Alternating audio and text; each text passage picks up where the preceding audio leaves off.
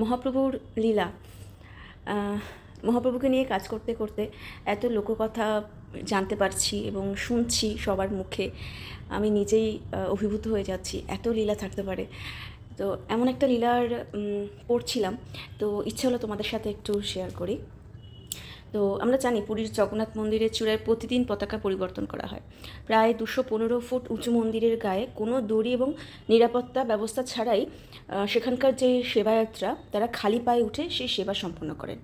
তো লোককথায় বলা হয়, একদিন প্রচণ্ড ঝড়ের মধ্যে এক সেবায়েত পতাকা পরিবর্তন করতে গিয়ে নীলচক্রের কাছ থেকে আর কি নিচে পড়ে যান। তো নিচে দাঁড়িয়ে থাকা সবাই ভয়ে চিৎকার করে ওঠে। পড়তে পড়তে সেবায়েত শুধু একবার ডাক দেন, হে জগন্নাথ, আমাকে রক্ষা করো। আর তখনই একটা অলৌকিক ঘটনা ঘটে। ভক্তদের বিশ্বাস, মাটিতে আছড়ে পড়ার আগেই মহাপ্রভু নিজেই তার সেবককে আগলে নেন।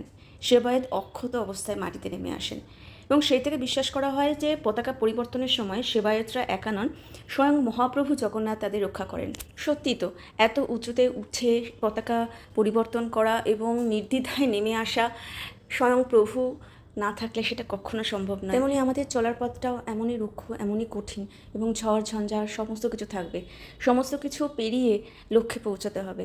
স্বয়ং জগন্নাথ মহাপ্রভু তোমাদের রক্ষা করবে, সমস্ত বিপদ থেকে রক্ষা করবে, কারণ তার অদৃশ্য হাত এবং এত বড় চোখ, এবং যেটা আঁকার সময় খুব কঠিন লাগে, কারণ সেটার একটাই কারণ তাকে তৈরি করার সাধ্য বা ক্ষমতা আমাদের কারোর মধ্যে নেই।